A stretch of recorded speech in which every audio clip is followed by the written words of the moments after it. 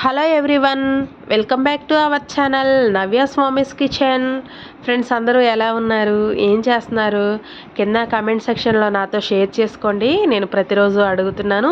ఇంకా మన ఛానల్ని ఎవరైనా కొత్తగా చూస్తున్నట్లయితే లైక్ చేయండి, షేర్ చేయండి, సబ్స్క్రైబ్ చేయండి. ఇంకా పక్కనే ఉన్న బెల్ ఐకాన్ ఆన్లో ఉంచుకుంటే నేను పెట్టే ప్రతి ఒక్క వీడియో మీకు నోటిఫికేషన్ రూపంలో వస్తుంది. ఇంకా ఈరోజు వీడియోలోకి వెళ్ళిపోతే, పిల్లలు స్కూల్ నుంచి రాగానే వేడివేడిగా ఏదైనా చేసి పెట్టాలి అనుకుంటే టక్కున మనకి గుర్తొచ్చేది ఎగ్ బజ్జీ అనమాట. చేయడం పెద్ద కష్టమేమీ కాదండి, చాలా ఈజీగా చేసుకోవచ్చు. నేను బయట అయితే ఎప్పుడు ఎక్కడ తినలేదు, బయట బండ్ల మీద ఎక్కడ తినలేదండి. ఇంట్లోనైతే నేను ట్రై చేశాను. కానీ అయితే ఈరోజు మనం కూడా ఆ ప్రిపరేషన్ ఏంటో మీరు కూడా చూసేయండి. ముందుగా అయితే ఇక్కడ నేను 2 కప్పుల వరకు శనగపిండిని తీసుకున్నాను.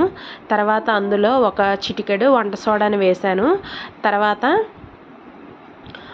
వాము ఉంటుంది కదా, వాముని కొంచెం వేసాను అనమాట, శనగపిండి కదా. తర్వాత ఇందులో కొంచెం కారాన్ని, అలాగే సాల్ట్ని, కలర్ కోసం కొద్దిగా పసుపుని వేశాను.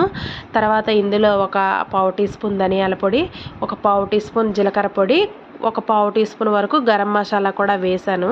వేసేసి ఇవి మొత్తం ఒకసారి పొడి పిండిని కలుపుకున్న తర్వాత ఇందులో కొన్ని వాటర్ పోసుకుంటూ బజ్జీ పిండి మాదిరిగా కలుపుకోవాలన్నమాట. వీడియోలో చూస్తున్నారు కదా, వీడియోలో చూసిన విధంగా ఇలా థిక్గా, మరీ పలచగా కాకుండా అలానే బాగా థిక్గా కాకుండా స్పూన్కి అంటుకుంది చూసారా, ఆ విధంగా అయితే కలుపుకోవాలి. తర్వాత ఇక్కడ నేను 4 ఎగ్స్ని అయితే బాయిల్ చేసుకున్నాను. ఈ ఎగ్స్ని ఇలా మధ్యకి కట్ చేసుకోవాలి. మీరు ఫుల్ ఎగ్తోనైనా చేసుకోవచ్చు. నేను ఫుల్ ఎగ్తోనైతే ఎప్పుడు ట్రై చేయలేదండి.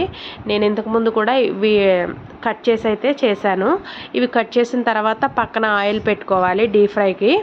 ఆయిల్ వేడవుతున్నప్పుడు మళ్ళీ ఒకసారి మనం కలుపుకున్న పిండి మిశ్రమం ఉంది కదా, దాన్ని ఒకసారి కలుపుకొని అందులో ఇప్పుడు ఈ ఒక్కొక్క ఎగ్ని డిప్ చేసుకోవాలి. ఒక్కొక్క ఎగ్ని ఇలా డిప్ చేసుకొని నేను ఆయిల్ వేడైన తర్వాత ఇలా ఆయిల్లో స్పూన్ తోటే వేస్తున్నాను. నేను స్పూన్ తోటే వేస్తున్నాను. మీరు కావాలంటే చేయితోనైనా వేసుకోవచ్చు. పిండి మొత్తం ఎగ్కి బాగానే కోట్ అవుతుందండి, ఇలా స్పూన్తో వేసినా సరే.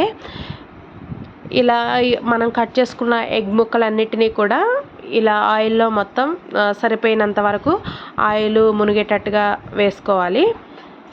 వేసుకొని మరీ పైన కోటింగ్ పోయింది అనుకుంటే కొంచెం స్పూన్తో పైన వేసుకుంటే సరిపోతుందండి. ఈ వీడియోని అంటే ఎగ్ బజ్జీని ఫస్ట్ టైం చేసేవాళ్ళైనా చాలా ఈజీగా చేసుకోవచ్చు అనమాట. పెద్ద కష్టమేమీ కాదండి. రాదు అనుకుంటే ఏదీ రాదు. ఒకసారి ట్రై చేద్దాము, అదే వస్తుంది అనుకొని ఏదైనా మనం మొదలు పెడితే 1కి 2 సార్లు నేర్చుకుంటే ఫస్ట్ కుదరకపోయినా సరే ఏవైనా తర్వాత నుంచి మనం చేస్తూ ఉంటే ఏదైనా వస్తుందన్నమాట. చేయకుండా నాకు రాదు అని కూర్చుంటే మాత్రం మనం ఏ పని చేయలేము. తర్వాత ఇవి వేగిన తర్వాత రెండో వైపుకి టర్న్ చేసుకొని మొత్తం ఫైనల్గా ఇలా మంచి కలర్ వచ్చిన తర్వాత వీటిని తీసి ఒక ప్లేట్లో అయితే సర్వ్ చేసుకోవాలండి. అంతేనండి, చాలా ఈజీగా అయిపోయింది కదా. వీడియో చూసినంతసేపు పట్టదండి, అన్నీ రెడీగా ఉంటే చేయడం. చాలా టేస్టీగా ఉంటుందండి ఎగ్ బజ్జీ. పిల్లలు స్కూల్ నుంచి రాగానే ఇలా చేసి పెడితే చాలా ఇష్టంగా తింటారనమాట.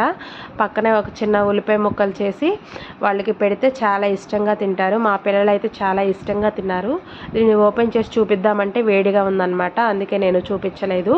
ఈ వీడియో ఎలా ఉందండి? ఈ వీడియో నచ్చితే లైక్ చేయండి please. Thanks for watching. Bye friends.